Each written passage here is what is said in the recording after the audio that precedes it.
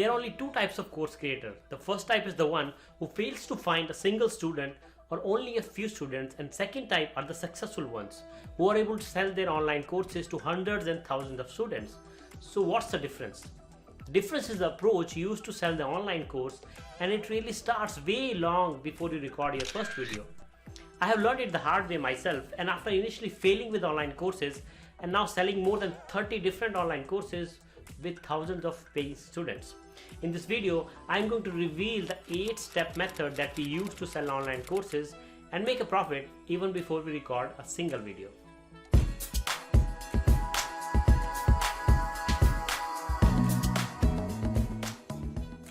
So now I'm going to walk you through the 8-step process, which has proven for us for several years, and we have sold multiple online courses using the same model. And this is the model that we follow these days. It is an 8-step process, and each of the steps, when you go through it, you will understand the significance of each of these and why you should follow this process. So let's get started. So how to pre-sell and launch an online course the smart way. The first step, what we do is select your course topic, and this is where you will figure out, okay, what is the course that you want to create. And to make the decision, you have to start doing some research, and research you can start doing by a target audience. So if you know who your target audience is, research them, figure out what are the things they really need. You can also do some market analysis, in which your target audience may not be the only your audience, right? There are other people who will be targeting them. There might be other similar course creators or other organizations or other individuals anywhere who have the same target market. Just see what kind of content they are creating, what is their sales process. The third thing you want to check is opportunity analysis, which means, okay, there could be 10 different things that can be created for your target market, but what is something that is now the one that they need the most? Okay, I'll give an example. Like when we launch our IT programming courses, if something new has come up, some new functionality or new feature or simply new brand tool, what we do is, we know there are people in the market who would want to learn this. So instead of creating a course on something which is always there, we go and create a course on something which is upcoming, something which is new, because that is something that people would really want to learn. So this is how you do opportunity analysis and see if this is something would make you more profit. Once you figure out your course topic, the next step is to create the course curriculum.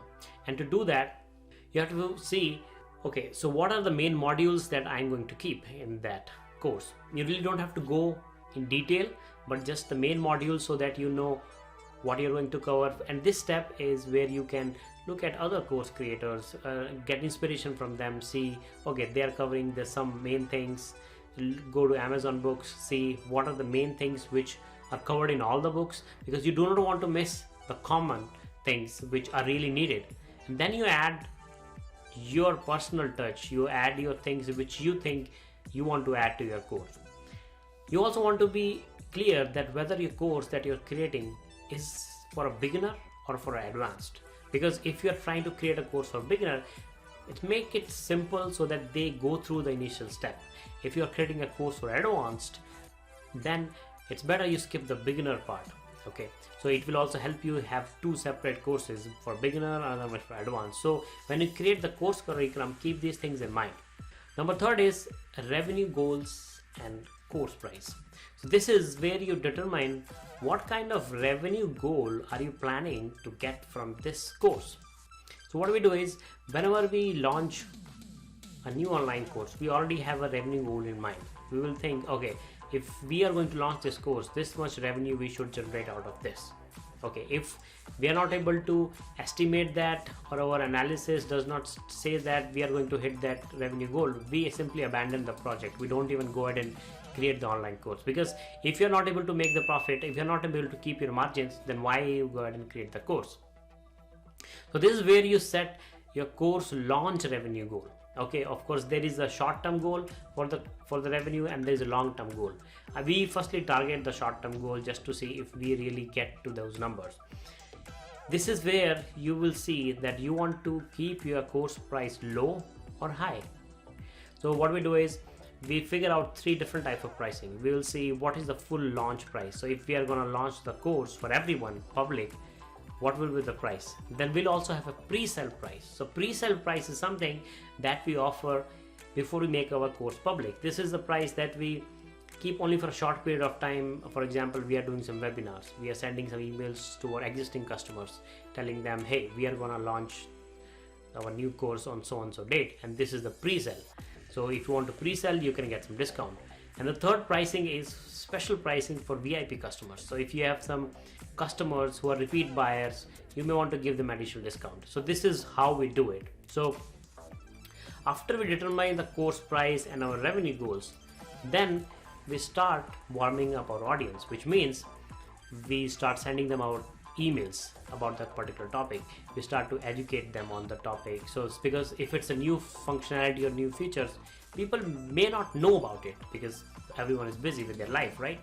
And this is where you educate them, you inspire them why they should learn this thing, you address their pain point. So maybe a new course really doesn't address the pain point. Maybe it's, as I said, something new. So if it's a professional, if there's a new feature coming in, there is really no pain point for them to learn it. They can learn it whenever they want to learn it. But this is where you can draft your emails, draft your messaging in such a way that why they should do this right now. If you give them a reason to delay, if you give them a reason to postpone, people are going to postpone. So you need to be very careful how you are writing your emails, because someone who is reading that email, just think what is going through their mind when they are reading their email. After reading your email or seeing your message on social media, are they going to skip it, or are they going to dig in further to see what you are talking about? And this is finally where you invite them to a webinar.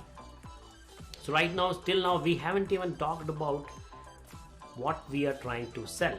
We are just educating them, warming them about this new feature or this new course topic. Step number 5 is you invite them to a free webinar. In the free 1-hour webinar, you go over several things. You educate them, you tell them more about the topic that you want to create an online course. You build rapport with them, because once they see that you are very knowledgeable in the topic you're talking about, that helps them build a rapport with them. You'll cover the course curriculum at the end of the webinar, go over the things which you are going to include in your course. You add some bonuses to increase the value of your online course. Then you make them a pre-sale offer, and that where you can use some urgency tactics like a special webinar bonus for first 10 people, or maybe give a deadline for 48 hours discount. So you can use these strategies so that you are able to get maximum people to sign up right in the webinar.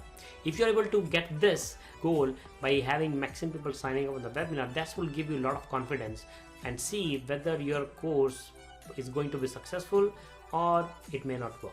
And step number 6 is then you pre-sell one more time. So those people who did not come to webinar, or if they have shown interest, then you can pre-sell to them via email.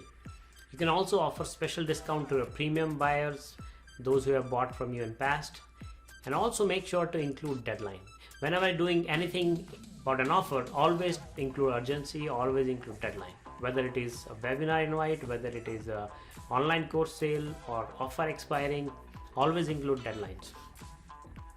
And once you are done with pre-sale, there is one important thing which you need to consider at this point. After your pre-sale phase is over, you need to go back to your step number 3, where you had your course launch revenue goals, and see if you were able to hit that goal. If you are able to sell that many online courses, that would generate you a profitable income. That you set in step number 3. But because if you are not, because we do that a lot, if by the pre-sale phase is over, if we are not able to hit our revenue goal, we simply abandon the project. We simply don't create online course. And this is what I would also recommend to you, because if you create an online course and you offered it for pre-sale and only 2 people signed up for it, and then you thought, okay, 2 people are good, I'm gonna create an online course. But the thing is, that will take a lot of your energy, and then at the end of the course recording or end of the first batch, you may not feel that much energetic, you may not have that much enthusiasm. So what you would do is try to rephrase or see where was something lacking. If you want, you can do more webinars, but do not launch your course or even start recording your first video if you're not able to hit your revenue goals that you decided in step number 3. So assumingly you are able to hit that goal, then you go ahead and create the course. Then you start recording your videos, then you start creating your course content and just get busy with it. When you pre-sell, tell them that my course will be available 2 weeks down the line, 3 weeks down the line, or whatever that works for you. And then once pre-sell is over, then you get into it and make the course available for your students by that time. You can also drip your course, which means every week you release few videos for them. This will also give you some time to record videos for next week, and your students really don't have to wait for 3-4 weeks. You can also do that, or if you want, you can record all the videos together and then make them available all at once. Once you have created your course, then it comes the final launch. And this launch is because you have already proven that your course idea works. People have already bought it even before you created it. Now you have created it, now you can simply remove the pre-sale offer and then launch it at the full price. You can add some other bonuses to go with your launch price, and then you can also upsell. And this is the good time where you can upsell your other products, you can upsell your coaching, you can upsell your membership. There are a lot of things that you can do. And this is the 8-step process that we use to launch our online courses. When we use this process, there have been times that we had to abandon the whole course project because we really did not see enough signups. And because that has saved us a lot of time and energy. So quickly going over step number 1, select your course topic. Step number 2, create the course curriculum. Step number 3, identify your revenue goals and figure out your course price. Step number 4, warm up your audience. 5, free webinar and then pre-sell again via email. Step number 7, you go ahead and record your course, create your slides. Step number 8 is that you finally launch it. So these are the steps that we use in launching our online course. There are some advanced things that you can do later on, which is like automated webinar and automating the whole flow of it, but that we'll talk about in another video. If you like this video, let me know in the comments, or what are your thoughts about this, on how you launch your online course, or how are you planning to launch your online course. I would like to read on your comments. Okay, thank you so much for watching this video. Make sure to like, subscribe and hit the bell icon. See you next time. Bye bye.